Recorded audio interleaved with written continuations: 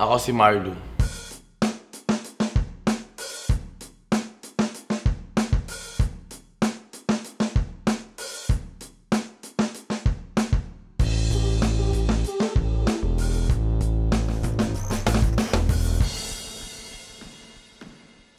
Nung bata ako, hindi ako masaya.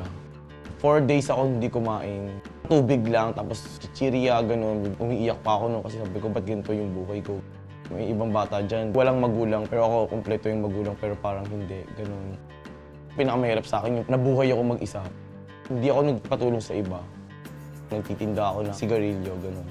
Papakahirap ako nun para lang magkaroon ako ng pera, para meron akong pang-aral, ganun. Meron akong budget sa sarili ko. So parang ngayon ko na lang nilalabas yung kasiyahan ko. Yung mga masasakit na sinabi sa akin is, ang pangit mo, uy. Sino nagkulam sa'yo? Ba't ganyan yung pagmumukha mo? Kaya pala sobrang init sa Pilipinas. Nag-iinit yung dugo namin sa'yo. ang goal ko po, makapagtapos ako kahit 2 years. And sana makapagtapos din yung mga kapatid ko. Sa akin, ang maganda at gwapo. Hindi sa panlabas na anyo, kundi sa panloob. Kung paano mo irespeto ang isang tao. Kung paano mo ipakita kung sino ka. Kung paano ka maging matulungin.